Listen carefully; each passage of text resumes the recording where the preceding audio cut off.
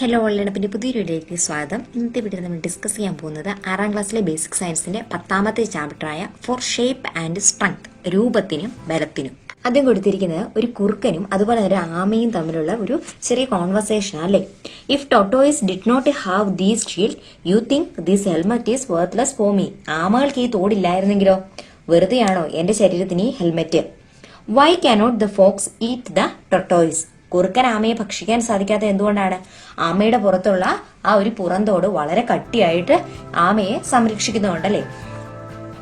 R there other organisms that possess outer shell like that of the tortoise? ആമയെ പോലെ പുറന്തോടുള്ള മറ്റു ജീവികളുണ്ടോ?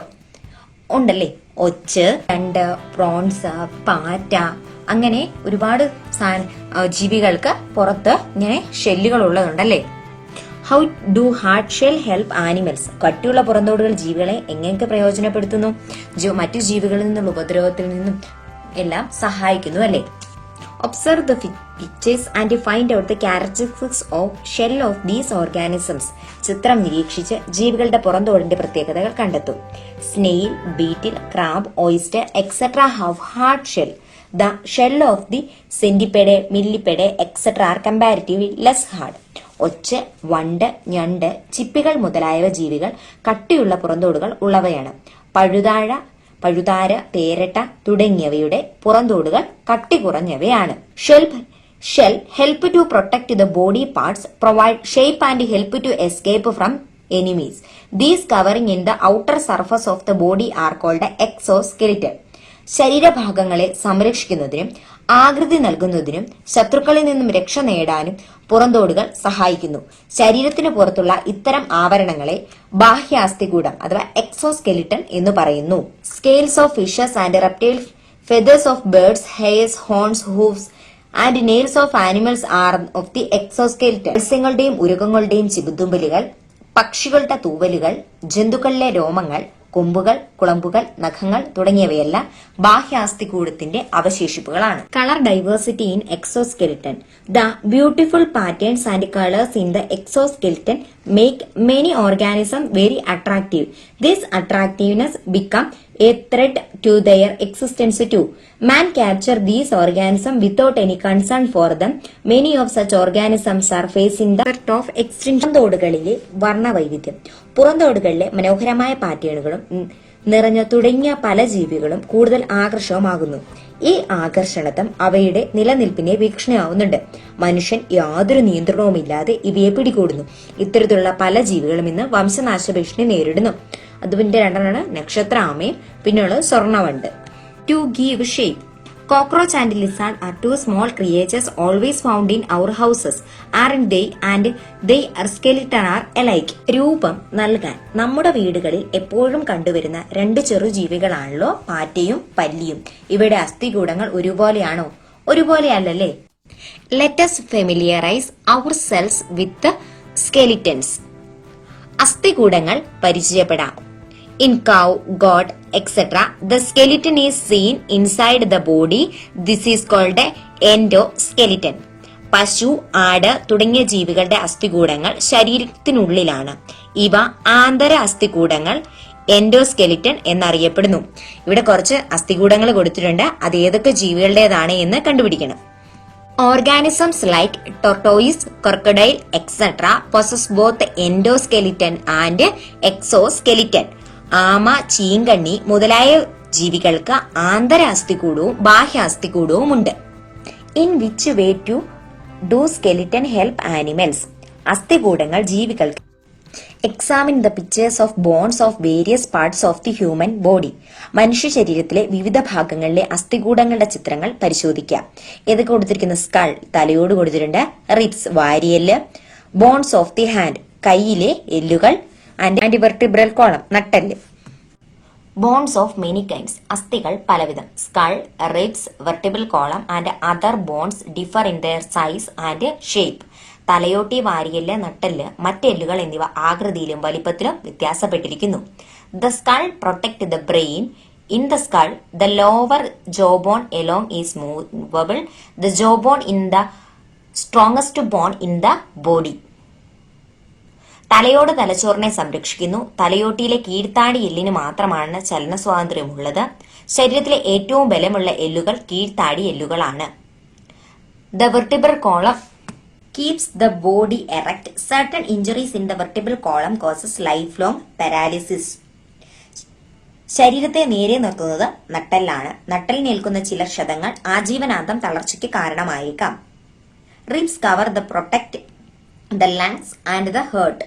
The thin bone is the largest bone in the human body. Stapes in the ear is the smallest bone in the human body.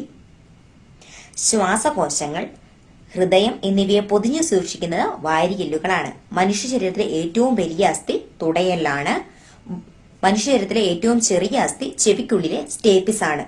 Proper postures of the body, ശരിയായ ശരീരനിലകൾ. ഇപ്പൊ ഇവിടെ കുറച്ച് ചിത്രങ്ങൾ കൊടുത്തിട്ടുണ്ട്. നമ്മൾ ഏത് രീതിയിലായിരിക്കണം നമ്മുടെ നട്ടെല്ലിന് ആരോഗ്യപരമായ രീതിയിൽ ശരീരനിലകൾ സ്വീകരിക്കേണ്ടേ എന്ന്.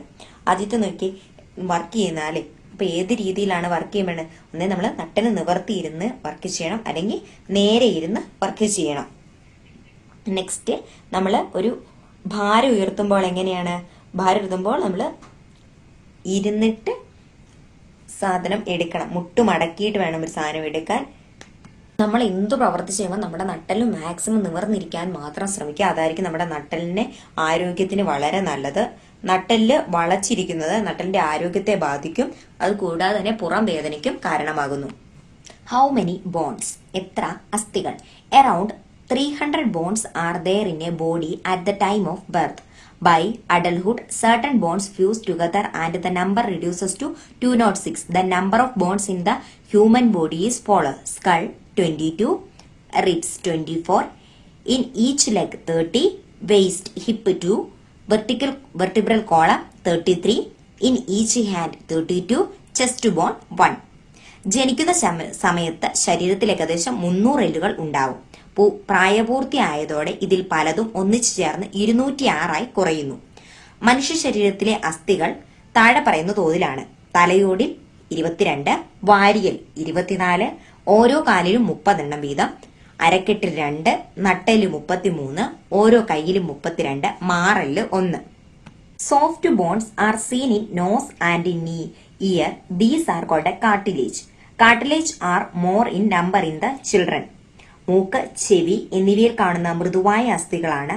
ഇവയെ തരുണാസ്ഥികൾ എന്ന് പറയുന്നു. കുട്ടികളിൽ തരുണാസ്ഥികളുടെ എണ്ണം കൂടുതലായിരിക്കും. ഫോർ മൂവ്മെന്റ് ആൻഡ് ലോക്കോമോഷൻ, ചലനത്തിനും സഞ്ചാരത്തിനും. Try to do the following activities by trying a long stick behind the below. നിങ്ങളുടെ കൈമുട്ടുകൾ നിവർത്തി വെച്ച് പിന്നിൽ നീളമുള്ള ഒരു വടി കെട്ടിവെക്കുക. എന്നിട്ട് താഴെ പറയുന്ന പ്രവർത്തനങ്ങൾ ചെയ്തു നോക്കുക. Act as if you are eating food by lifting the hand tied with the stick. കെട്ടിവെച്ച കൈ കൊണ്ട് ഭക്ഷണം എടുത്ത് കാണിക്കുക. നമുക്ക് ഭക്ഷണം എടുത്ത് കഴിക്കാൻ പറ്റുമല്ലേ? കാരണം കൈ നീളത്തിരിക്കും, നമുക്ക് ഭക്ഷണം കഴിക്കാൻ പറ്റുമില്ല. കൈ മടക്കിയാൽ മാത്രമേ നമുക്ക് ഭക്ഷണം കഴിക്കാൻ സാധിക്കൂ. Show with the same hand how much brush your teeth. പല്ലു തേക്കുന്നത് എങ്ങനെയാണ് എന്ന് കാണിക്കും.